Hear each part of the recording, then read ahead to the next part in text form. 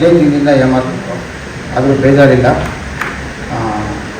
ಆದರೆ ಅವ್ರ ಬಗ್ಗೆ ನಾನು ಸಿಕ್ಕಿದಾಗೆಲ್ಲ ಗಣೇಶ್ ಅವರು, ಅಣ್ಣ ನೀವು ಸ್ಟಾರ್ ಜೊತೆ ಹೆಂಗಿರ್ತಿದ್ವಿ, ಅಣ್ಣ ನೀವು ಸ್ಟಾರ್ ಮೂಡ್ ಹೆಂಗಿರ್ತಿತ್ತು, ಸ್ಟಾರ್ ಶೂಟಿಂಗ್ ಬಂದರೆ ಏನು ಹೇಳ್ತಿದ್ರು, ಬರೀ ಇದೇ ಕೇಳೋರು. ಸ್ಟಾರ್ ಯಾಕೆ ಸ್ಟಾರ್ ಅಂತಂದರೆ, ಇಲ್ಲಣ್ಣ ನಾನು ಹಿಂಗಣ ಹಂಗಣ ಅಂತ ಅಂದ್ಕೊಂಡು. ಅದಕ್ಕೆ ನಾನು ಹೇಳಿದೆ, ಹಂಗಿದ್ರೆ ಒಂದು ಕೆಲಸ ಮಾಡಿ ಅವ್ರ ಅಭಿಮಾನಿಗಳ ಮುಂದೆನೇ ಬಂದು ಮಾತಾಡಿದ್ವಿ, ಅದೇ ಕರೆಕ್ಟಾಗಿ ಅವಾಗ ಸರಿ ಹೋಗ್ತಿದ್ದು ಅಂತ ಹೇಳಿ ಈ ಕಾರ್ಯಕ್ರಮ ಮುಂಚೆ ನಮಗೆ ಒಂದು ಬಲ ತಂದು ಕೊಟ್ಟಿದ್ದಾರೆ. ದಯವಿಟ್ಟು ಒಂದೆರಡು ಮಾತಾಡಬೇಕು ಅಂತೇಳಿ ಗಣೇಶ್ ಅವ್ರನ್ನ ಕೇಳ್ಕೊಂಡು.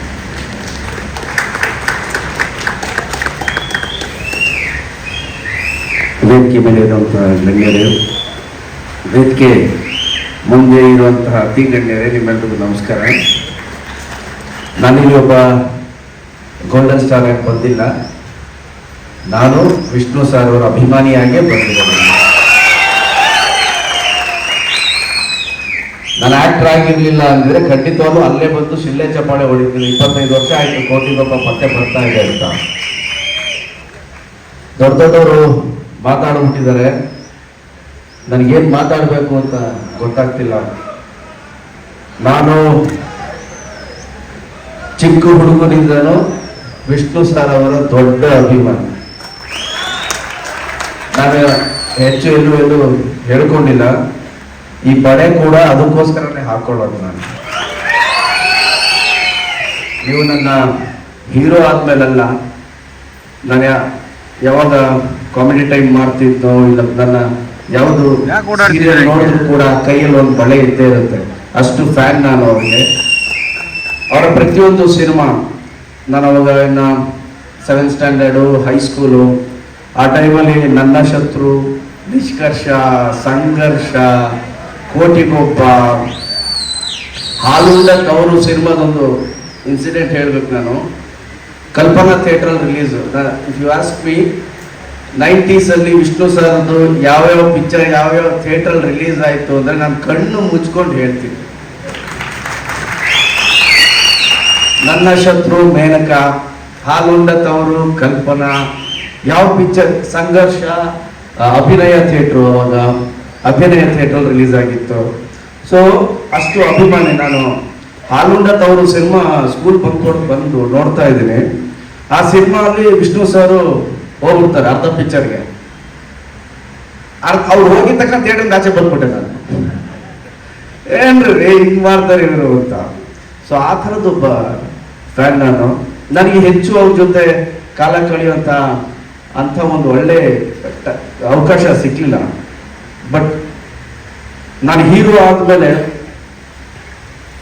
ನಾನು ಅರಮನೆ ಪಿಕ್ಚರ್ ಮಾಡಬೇಕಾದ್ರೆ 1 ವರ್ಷ ಮುಂಗಾರು ಮಳೆ ಅವಾಗ ನಾನು ಹೇಳಿದೆ, ನಾನು ವಿಷ್ಣು ಸರ್ನ ನೋಡಬೇಕು ಅಂತ. ಇಲ್ಲ ವಿಷ್ಣು ಸರ್ ಆ ಹುಡುಗರು ಕರ್ಕೊಂಬನ್ನಿ, ನಾನು ನೋಡಬೇಕು ಅಂತಿದ್ದಾರೆ, ಬನ್ನಿ ಅಂತ ಕರ್ಕೊಂಡು ಹೋದ್ರು. ಸೊ ಅವ್ರ ಮನೆ ಗೇಟ್ ಓಪನ್ ಆಗಿದ ತಕ್ಷಣ ಒಳಗೋದೆ, ಲಾನ್ ಹತ್ರ. ವಿಷ್ಣು ಸರ್ ಆಚೆ ಬಂದರು. ಅರ್ಧ ಗಂಟೆ ನಾನು ಮಾತಾಡಲಿಲ್ಲ, ಸುಮ್ಮನೆ ನೋಡ್ಕೊಂಡು ಕೂತ್ಕೊಂಡಿದ್ದೆ. ಅಂದರೆ ನನ್ನ ತಲೆಯಲ್ಲಿ ಹಿಂದೆ ಬ್ಯಾಕ್ ಗ್ರೌಂಡಲ್ಲಿ ಓಡ್ತಾನೆ ಇತ್ತು ಅಂತ.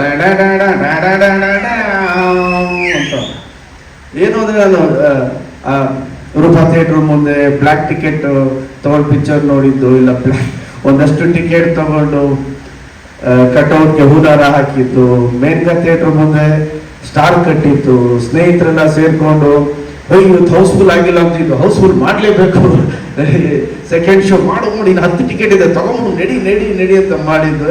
ಎವ್ರಿಥಿಂಗ್ ಎಲ್ಲ ಪಟ ಪಟ ಪಟ ಪಟ ಪಟ ಪಟ ಅಂತ ಹೋಗ್ತಾ ಇತ್ತು ನನ್ನ ತಲೆಯಲ್ಲಿ. ಅಂದರೆ ಹೌಸ್ಫುಲ್ ಅಂದರೆ ನಮ್ಮ ತಾಲೂಕ್ ಸೆಂಟರ್ಸಲ್ಲಿ ಅವಾಗ ಸೆಕೆಂಡ್ ಶೋ ಜಾಸ್ತಿ ಜನ ಇರ್ತಿರ್ಲಿಲ್ಲ.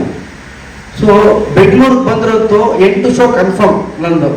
Morning show, matinee, first show, second show. ಮತ್ತೆ ನೆಕ್ಸ್ಟ್ ಡೇ ಶನಿವಾರ morning show, matinee, first show, second show.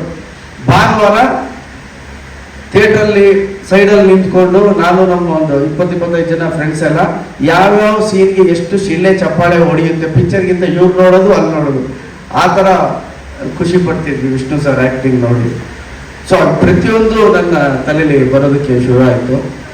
So ಕೂತ್ಕೊಂಡು ಮಾತಾಡಿದಾಗ ಅವ್ರಿಗೆ ಹೇಳಿದ್ದೆ, ಸರ್ ಅಣ್ಣ ಈ ಬಳೆ ಅದನ್ನ ನೋಡಿ ಹಾಕ್ಕೊಳ್ಳೋದು ನಾನು, ನೀವು ಬೀದರ್ಗೆ ಹೋದಾಗ ಅಲ್ಲಿ ಗುರುದ್ವಾರದಲ್ಲಿ ಕೊಟ್ರಲ್ಲ ನಿಮ್ಗೆ ಇದನ್ನ ನೋಡಿ ನನಗೆ ಕೊಟ್ಟರು ಅಂತ ನೀವೊಂದು ಇಂಟರ್ವ್ಯೂವಲ್ಲಿ ಹೇಳಿದ್ರಿ. ಅದನ್ನ ನೋಡ್ಬಿಟ್ಟು ನಾನು ಹಾಕ್ಕೋಬೇಕು ಅಂತ ಹಾಕೋತಾ ಇದ್ದೀನಿ. ನಾನು ನೋಡ್ತಾ ಇರೋದು.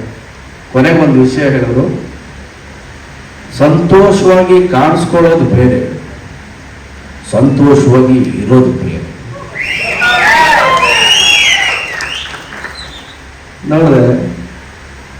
ನೋಡಿ ಗಣೇಶ್, ಸಂತೋಷವಾಗಿ ಇರೋದು ಬೇರೆ, ಸಂತೋಷವಾಗಿ ಕಾಣಿಸ್ಕೊಳ್ಳೋದು ಬೇರೆ. ಯಾವಾಗಲೂ ಸಂತೋಷವಾಗಿ ಇರೋ ಥರ ಕಾಣಿಸ್ಕೋಬೇಡಿ, ಸಂತೋಷವಾಗಿರಿ. ಸೊ ನನ್ನ ತಲೆ ಯಾವಾಗಲೂ ಓಡ್ತಾನೇ ಇರುತ್ತೆ, ಯಾಕೆ ಸುಮ್ಮನೆ ಸಂತೋಷವಾಗಿ ಕಾಣಿಸ್ಕೋಬೇಕು, ಸಂತೋಷವಾಗಿ ಇರಬೇಕೆಲ್ಲರೂ. ಉಪ್ಪಿ ಸಾರಿ ಹೇಳಿದ್ರಲ್ಲ, ಹ್ಯಾಪಿ ಆಗಿರಿ ಗುರುವೆ, ಹ್ಯಾಪಿ ಆಗಿರಿ ಅಂತ. ನನಗೇನು ಖುಷಿ ಇದೆ, ನನ್ನ ಚೈಲ್ಡ್ಹುಡ್ ಡೇಸಲ್ಲಿ, ನನ್ನ ಹೈಸ್ಕೂಲ್ ಕಾಲೇಜ್ ಡೇಸಲ್ಲಿ ಯಾರ್ಯಾರ ಚಿತ್ರವನ್ನ ನಾನು ಬ್ಲ್ಯಾಕ್ ಟಿಕೆಟ್ ಕೊಟ್ಟು ನೋಡಿದ್ನೋ ಅವ್ರ ಜೊತೆ ಎಲ್ಲ ಇಲ್ಲಿ ಕೂತ್ಕೊಂಡಿದ್ದೀನಲ್ಲ, ಅದೇ ಖುಷಿ ಸರ್. ನಾನು ಒಂದು ಗೋಲಿಬಾರ್ ಆಗಿರ್ಬೋದು, ಲಾಕಪ್ ಡೆತ್ ಆಗಿರ್ಬೋದು, ಓಮ್ ಆಗಿರ್ಬೋದು, ಉಪೇಂದ್ರ ಎ ಆಗಿರ್ಬೋದು, ಇವ್ರುಗಳು ಸಿನಿಮಾ ಎಲ್ಲ ಬ್ಲ್ಯಾಕ್ ಅಲ್ಲಿ ಕೂತ್ಕೊಂಡು ಕೊಟ್ಟು ನೋಡಿದಂತ ಅಭಿಮಾನಿ ನಾನು. ಅಂಡ್ ಇವರು ವಿಷ್ಣು ಸರ್ ಬಗ್ಗೆ ಅಷ್ಟು ಮಾತಾಡಿದಾಗ ನನಗೆಷ್ಟು ಖುಷಿ ಆಗೋದು ಸ್ವಲ್ಪ ಲೆಕ್ಕ. ಕೋಟಿಗೊಬ್ಬ ಸಿನಿಮಾ, ನಮ್ಮ ಪ್ರಿಯಾಂಕಾ ಮೇಡಮ್ ಅವರು ಹೀರೋಯಿನ್ ಇನ್ಸಿಡೆಂಟ್ಸ್ ಎಲ್ಲ ಹೇಳ್ತಾ ಇದ್ರು. ಆ ಜೋಡಿನೇ ಚಂದ ಕಾಣಿಸ್ತಾ ಇತ್ತು. ಆ ಸಾಂಗ್ ಅಲ್ಲಂತೂ ಕಾವೇರಿಗೆ ಕಾಲುಂಗುರ ತೋಡಿಸಿ, ಅದ್ರಲ್ಲಿ ಆ ಲೈನ್ ನನಗೆ ಬಹಳ ಇಷ್ಟ. ಕಲ್ಯಾಣ್ ಸರ್, ಓ ಕನ್ನಡದ ಹೆಣ್ಣೆ ನಿನಗೆ ಕೋಟಿ ನಮನ. ಸೊ ನನ್ನ ಅದಾದ್ಮೇಲೆ ನಾನು ವಿಷ್ಣು ಸರ್ ಒಂದು ಪಿಕ್ಚರ್ ಮಾಡಬೇಕು ಅನ್ಕೊಂಡ್ರೆ, ಅವ್ರ ಮನೇಲಿ ಕರೋಕೆ ನಡೆಯೋದು, ಸ್ನೇಹ ಲೋಕ ಅಂತ ಎಲ್ಲರಿಗೂ ಗೊತ್ತು. ಸೊ ಕರೆದ್ರು, ಮಾತಾಡ್ತಾ ಇದ್ದೆ, ಅಣ್ಣ ನಾವಿಬ್ರು ಒಂದು ಪಿಕ್ಚರ್, ನೀವು ಅಂದರೆ ಮಾಡ್ಬೇಕಣ್ಣ ನಿಮ್ಮ ಜೊತೆ ನಾನು ಅಂತ. ಸೊ ಮಾತುಕತೆ ನಡೀತಾ ಇತ್ತು. ಕಾರಣಾಂತರದಿಂದ ಸಿನಿಮಾ ಆಗಲಿಲ್ಲ. ಬಟ್ ನಾಗರಹಾವಲ್ಲಿ ವಿಷ್ಣು ಸರ್ ಹೇಳ್ತಾರಲ್ಲ, ಮೇಸ್ಟ್ರೇ ಏ ರಾಮಾಚಾರ್ಯ ಅಂದ್ರೆ ಬರ್ಬೇಡಿ ಮೇಸ್ಟ್ರೇ, ಆ ಥರ ನನಗೆ ನನ್ನ ಚಿತ್ರ ಜೀವನಕ್ಕೆ ನಿಜವಾದ ಮೇಷ್ಟ್ರು ಅಂದ್ರೆ ವಿಷ್ಣು ಸರ್. ಸೊ ಯಾವ್ದಾದ್ರು ಸಿನಿಮಾ ಆಕ್ಟ್ ಮಾಡ್ಬೇಕಾದ್ರೆ ನಮ್ಮ ಹುಡುಗರೆಲ್ಲ ಇರ್ತಾರೆ, ಯಾವ್ದಾದ್ರು ಸೀನ್ ಇದ್ರೆ, ಸರ್ ಇದು ಸ್ವಲ್ಪ ವಿಷ್ಣು ಸರ್ ತರ ಮಾಡಿದ್ದೀರಾ ಅಂತ. ನಾನು ಅವ್ರ ಫ್ಯಾನ್ ಅಪ್ಪ, ಏನ್ ಮಾಡ್ಲಿ ಬಂದ್ಬಿಡುತ್ತೆ, ಅವಾಗ ಬಂದ್ಬಿಡುತ್ತೆ, ಏನ್ ಮಾಡ್ಲಿ ಅಂತ ಹೇಳ್ತಿದ್ದೆ. ಸೊ 25 ವರ್ಷ ಆಗಿದೆ ಬಾಬು ಸರ್. ಈ ಸಿನಿಮಾ ಮತ್ತೆ ಮತ್ತೆ ಇನ್ನೂ ದೊಡ್ಡ ಯಶಸ್ಸನ್ನ ತಂದ್ಕೊಡ್ಲಿ.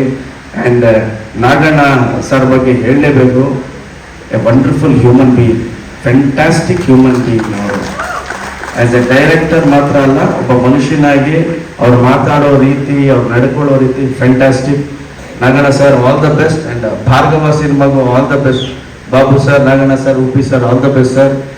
ಅಂಡ್ ನನ್ನ ಬಹಳ ಆತ್ಮೀಯರು ಗುರು ಸರ್ ಇಲ್ಲೇ ಇದ್ದಾರೆ. ನಾನು ಗುರು ಸರ್, ನಾಗಣ್ಣ ಸರ್ ಒಂದು ಫಿಲಮ್ ಮಾಡಿದ್ವಿ. ಇಡೀ ಚಿತ್ರತಂಡಕ್ಕೆ ನನ್ನ ಕಡೆಯಿಂದ ಆಲ್ ದ ಬೆಸ್ಟ್ ಅಂತ ಹೇಳ್ತೀನಿ. ರಿಲೀಸ್ ಡೇ ಆದರೆ ಖಂಡಿತವಾಗ್ಲೂ ಫಸ್ಟ್ ಡೇ ಶೋಗೆ ಮತ್ತೆ ನಾನು ಫಸ್ಟ್ ಶೋ ನೋಡಬೇಕು ಈ ಸಿನಿಮಾ, ನನ್ನ ಆಸೆ ಇದೆ. ಖಂಡಿತವಾಗ್ಲೂ ಆದರೆ ಭೇಟಿ ಆಗೋಣ. Thank you very much.